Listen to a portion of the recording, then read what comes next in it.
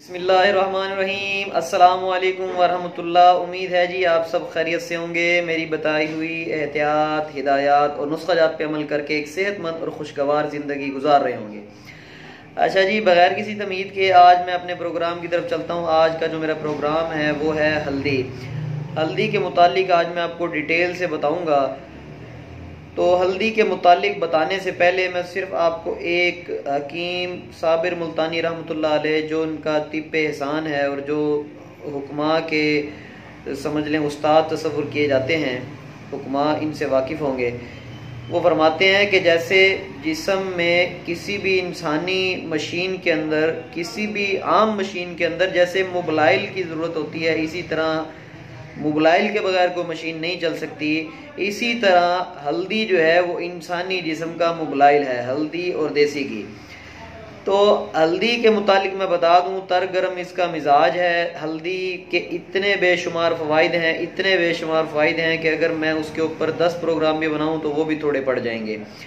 हल्दी का मैं आपको बताऊं कि सर के आपके बालों से लेकर आपके पाँव के नाखून तक के तमाम अमराज में काम आती है। हल्दी हमारे मतलब पे सबसे ज़्यादा तमाम इस्तेमाल, जितने नुस्खा जात होते हैं सबसे ज़्यादा उसमें जो इस्तेमाल होता है जुज़ वो हल्दी है। हमारे तकरीबन कोई 50 से 60 नुस्खों का जुज़्व आज़म है हल्दी। हल्दी के मुतालिक मैं आपको अब डिटेल से बताना शुरू करता हूँ कि हल्दी आपके जिस्म में से फासिद रतूबात को निकालती है। हल्दी आपके जिस्म में से खालिस रतूबात पैदा करती है। हल्दी आपके जिस्म में से खुश्की को निकालती है।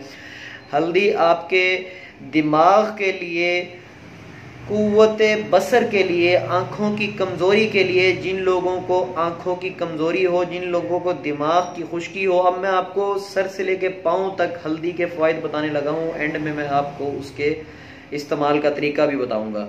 तो हल्दी आपके दिमाग की कमज़ोरी के लिए, आपके हाफजे की कमज़ोरी के लिए इंतहाई मुफीद और मुजरब है।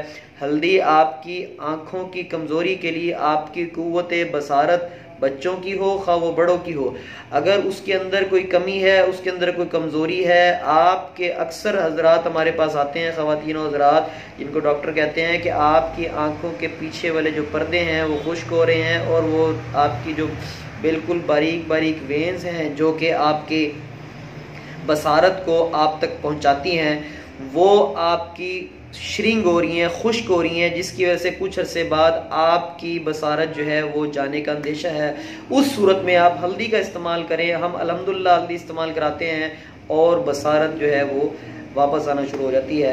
मेरे वालिद साहब और मैं अल्हम्दुलिल्लाह हल्दी से 4 से 6 नंबर तक का चश्मा हल्दी से उतरवा दिया करते थे। मैं भी उतरवा दिया करता हूँ अल्हम्दुलिल्लाह। 4 से 6 नंबर तक का चश्मा आपका हल्दी से के इस्तेमाल से उतरना शुरू हो जाएगा।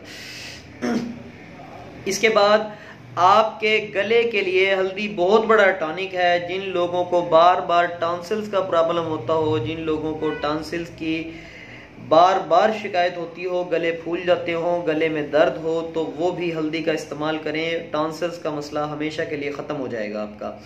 इसके बाद आपके फेफड़ों की तरफ आते हैं तो हल्दी आपको मैंने पहले शुरू में बताया कि ये फाजिल रतूबात को छांटती है, इजाफी रतूबात को, जो फासिद रतूबात होती हैं जिसमें गलीज रतूबात, गंदी रतूबात जो होती हैं उनका इखराज करा देती है। हल्दी इंतहाई मुनफसे बलगम चीज़ है। हल्दी जब आप इस्तेमाल करेंगे तो आपका दमा तक जाता रहेगा। दमे के मरीज़ तक हल्दी को इस्तेमाल कर सकते हैं। मैं हल्दी के इस्तेमाल का तरीका फिर बता देता हूँ कि हल्दी का इस्तेमाल का तरीका मैं एंड में आपको बताऊँगा कि तमाम ही अमराज में गिरफ्तार, हर किस्म के मर्ज़ में गिरफ्तार लोग किस तरीके से हल्दी का एक ही तरीके से इस्तेमाल कर सकते हैं। इसके बाद आपके दिल की सोजिश के लिए इंतहा दर्जे की मुफीद है हल्दी। इसके बाद आपके पित्ते की जो सफरा जम जाता है पित्ते के अंदर, और पित्ते के अंदर आपके बन जाती हैं पत्थरियां, जिनको डॉक्टर हजरात कहते हैं। हालांकि वही सल्फ्यूरिक एसिड होता है जो हमारी खुराक के अंदर कैल्शियम जो है उसके अंदर इंटरचेंज करता है, तो ये आपस में मिल के एक क्रिस्टल की शक्ल तैयार कर लेते हैं। मेरा पित्ते की पत्थरी के ऊपर एक बाकायदा अलहदा से 2 वीडियोज़ मौजूद हैं, आप उस पर देखना चाहें तो वो देख सकते हैं। तो पित्ते की पत्थरी को ख़त्म करने के लिए इंतहाई मुअव्वन है हल्दी।